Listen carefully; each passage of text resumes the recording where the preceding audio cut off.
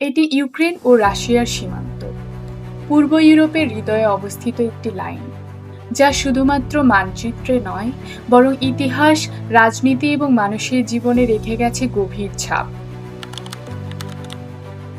Russia ও ইউক্রেনের স্থল সীমান্ত প্রায় 2300 কিলোমিটার দীর্ঘ।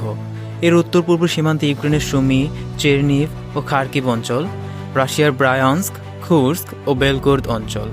পূর্ব সীমান্তে ইউক্রেনের লুহান্স্ক ও দোনেৎস্ক অঞ্চল এবং রাশিয়ার রোস্তভ অঞ্চল। দক্ষিণ সীমান্তে আজব সাগর ও ক্রিমিয়া উপদ্বীপ রাশিয়া ও ইউক্রেনের জলসীমা হিসেবে কাজ করে। এই সীমান্ত শুধু ভৌগোলিক নয়, এটি দুটি জাতির মধ্যে সংঘাতের প্রতীক। আজ আমরা এর ইতিহাস, বর্তমান অবস্থা এবং ভবিষ্যৎ সম্ভাবনা নিয়ে আলোচনা করব। এই সীমান্তের গল্প শুরু হয় সোভিয়েত যুগ থেকে। 1922 থেকে 1991 সাল পর্যন্ত ইউক্রেন এবং রাশিয়া সোভিয়েত ইউনিয়নের অংশ ছিল, তাই এই লাইনটি ছিল অভ্যন্তরীণ, ছিল না কোনো বিবাদ।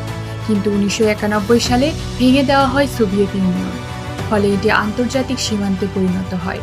1994-এ বুদাপেস্ট মেমোরেন্ডামে ইউক্রেন তার নিউক্লিয়ার অস্ত্র পরিত্যাগ করে, বিনিময়ে রাশিয়ার কাছ থেকে নেয় সীমান্ত সুরক্ষার প্রতিশ্রুতি। 1997 সালে 10 বছর মেয়াদী মৈত্রী চুক্তি এই প্রতিশ্রুতিকে পুনঃশক্তিশালী করেছিল। 2003 সালে তুজলা দ্বীপ নিয়ে সংঘাতের পর পুনরায় সীমান্ত নিয়ে দ্বিপাক্ষিক চুক্তিতে স্বাক্ষর করে দুই দেশ। কিন্তু শান্তি বেশি দিন স্থায়ী হয়নি। 2014 সালে রাশিয়া ক্রিমিয়া দখল করে নেয় এবং দনবাস অঞ্চলে বিদ্রোহীদের সমর্থন দেয়। এতে সীমান্তের অংশগুলো দখল হয়ে যায় এবং প্রায় 14,000 মানুষ প্রাণ হারায়। রাশিয়ার দৃষ্টিতে এটি ছিল ন্যাটোর বিস্তৃতির বিরুদ্ধে সামরিক পদক্ষেপ। অন্যদিকে ইউক্রেনের কাছে এটি সার্বভৌমত্বের ওপর আঘাত। আন্তর্জাতিক সীমান্ত হিসেবে স্বীকৃত কের্চ প্রণালীর পূর্ণ নিয়ন্ত্রণ চলে যায় রাশিয়ার হাতে। দখল করে নেয় সীমান্ত ঘেঁষে তৈরি হওয়া তেল ও গ্যাস ক্ষেত্রগুলি। বর্তমানে রাশিয়ার তেল রপ্তানির অন্যতম দীর্ঘ পাইপলাইন কের্চ প্রণালীর তলদেশেই অবস্থিত। তারপর আসে 2022 সাল। সবাইকে অবাক করে দিয়ে রাশিয়া সীমান্ত পেরিয়ে আক্রমণ করে বসে।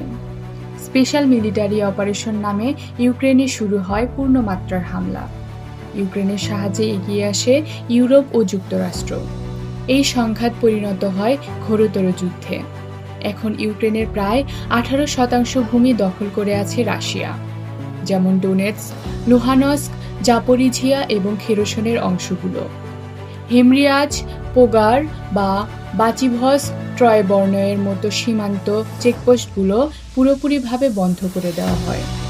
স্থবির হয়ে পড়ে সীমান্তকে কেন্দ্র করে গড়ে ওঠা সমস্ত অর্থনৈতিক ও বাণিজ্যিক কর্মকাণ্ড। এর আগে 2015 সালে ইউক্রেন সীমান্ত চলাচল বাতিল করার সিদ্ধান্ত নিয়েছিল। সীমান্তের ভয়ঙ্কর মৃত্যুফাঁদ। দোনেস্ক থেকে খেরসন পর্যন্ত বিস্তৃত নো ম্যানস ল্যান্ড এখন রাশিয়ার দখলে।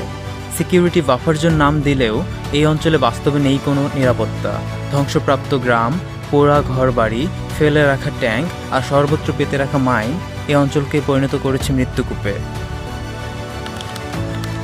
এই যুদ্ধের প্রভাব বিস্তৃত। লক্ষাধিক মানুষ প্রাণ হারিয়েছে। 1 মিলিয়নের বেশি ইউক্রেনীয় বাস্তুহারা হয়েছে। রাশিয়ার হতাহত সংখ্যাও 1 মিলিয়নের কাছাকাছি। সীমান্ত অঞ্চলে জনজীবন বিপর্যস্ত, শরণার্থী সংকট, অর্থনৈতিক ক্ষতি এবং খাদ্য সংকট বিশ্বব্যাপী ছড়িয়ে পড়েছে। রাশিয়া সীমান্তে সিকিউরিটি বাফার জোন তৈরি করার দাবি করছে, যা বরং যুদ্ধকে দীর্ঘায়িত করছে।